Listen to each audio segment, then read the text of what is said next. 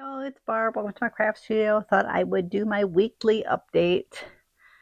Paper's looking really good. I did go through my go back station through the sometime this week and put away all the paper and embellishments that I had. There's all that's over there now is a couple things I bought yesterday. But that's my goal is once a week to go through, and I try to put it in the go back station right away. This is my go back station. I have it separated out by the 4 sections that Tiffany uses. There's an little pocket for each theme or color. So I sort it out right away. And then once a week, I take those over and put them away where they go. I did get my new paint storage I put in place. Now it does block that one punch thing just slightly. I can still get in there, so that's all I cared about. I wanted to put my paints different than what I had them. And that one bottle of paint is just out because it's so dented in that it really won't fit in there right now. I'm hoping maybe as it sits, I can put it back the right way. Now they show put them in backwards, but I've always put a little color sample on the front, on the top of the label. I put a little like piece of blank label, and then I paint it, as you can see, like there, so that you can see the true color, what it looks like when it dries. So I just put them in that way, but we'll see.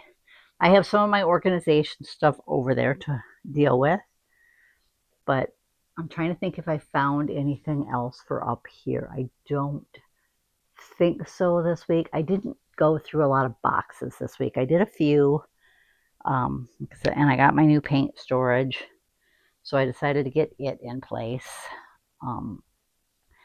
That's my little printer cart.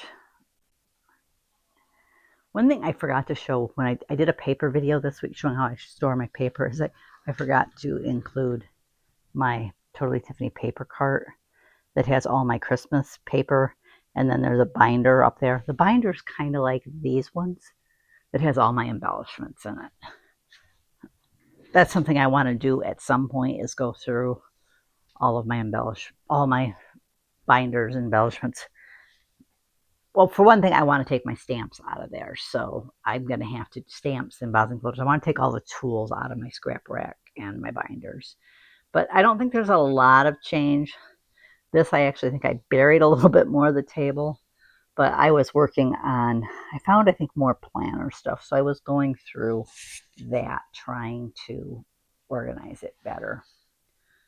It was something I just had some time to do, but it's coming along. One thing I do need to do is this. I found all this when I went through my paper.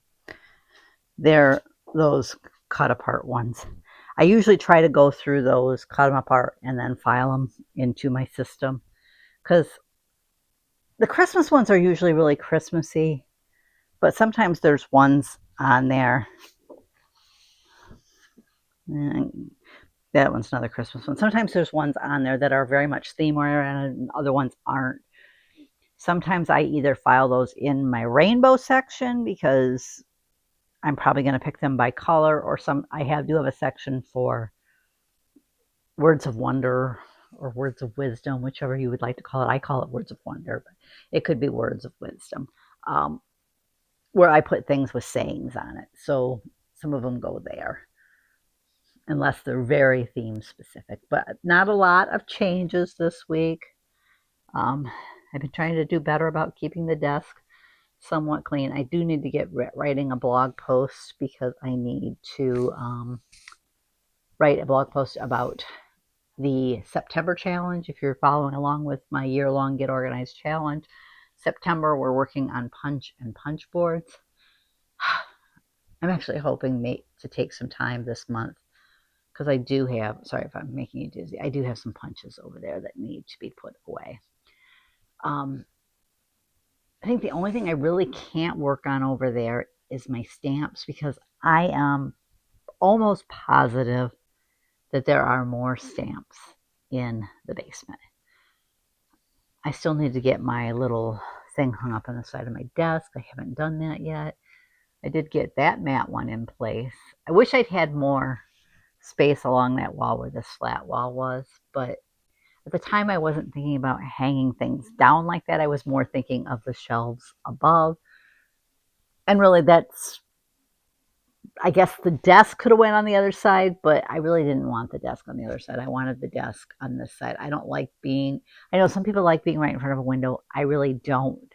Plus, due to where this was, I think originally I might have thought I was going to put it on this side.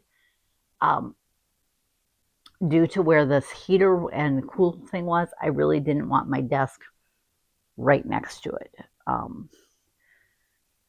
Sometimes direct air hits me with, I have like a little bit of arthritis in different joints that can really trigger it if the cool air hits me direct.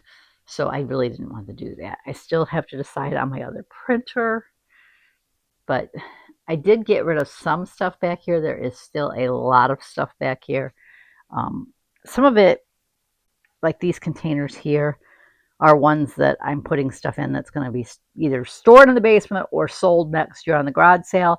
So I'm trying to fill each container before I bring it downstairs, so because it's easier that way than trying to do it in the basement. The basement's kind of creepy. Just my feeling on it. I did get my project cart put together. I need to put those photos up in a container up above. But that's pretty much the only change back there. But it's coming along.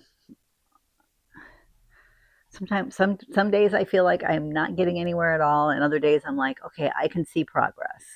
I'm trying to think. Did I have my Tim Holtz paint inks in place last week? I'm not sure on that. I might have, because I do think I remember telling you, or maybe I just did that in another video. I have seen people store his distress oxides or distress inks this way in their, like a drawer. I advise against that. This one, my container of inks got turned, and as you can see, it leaked. Because what it was, you can see it leaked there too, but this is about the only one that's really somewhat right. I do make a little sample of the color. I just use return address labels and I ink them. And then I take my P-Touch labeler and I have clear labels. I have it with either black or white printing. Kind of depends on the color. Sometimes a really dark color, I'll use the white print. Usually I use the black. I do my numbering system on the labeler along with the color name and put it over the top of the label. But you can see how much that one leaked. There's a couple that really leaked. 5, 6. I don't have all the distress oxides. That's why there's blank spaces. But I wanted to leave room for them as they grow. Tiffany suggests numbering most of your colors and your tools.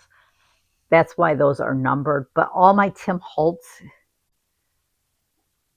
inks are labeled with the same system. Like my pinks and reds all start with the number 1, and then it's dash, like it's 1-1 through, most of them only have 12. I think there is one that has 13 colors, and I just had to put the green. You have to see I put it at the end of a color that I didn't have more of, but I number them all that way. So my Tim Holtz Distress Oxides, let's see, that one there, 1-2 is spun sugar. 1-2 is reserved for that color. So the distress oxides have that number. The mini distress have that number. If I have the marker, it has that number. Just any of his line with those colors have the same number. I figure that way, if I'm doing a project where I'm using multiple different types of media on it, but I want the same color, it's easy to find. That was kind of my thought on it.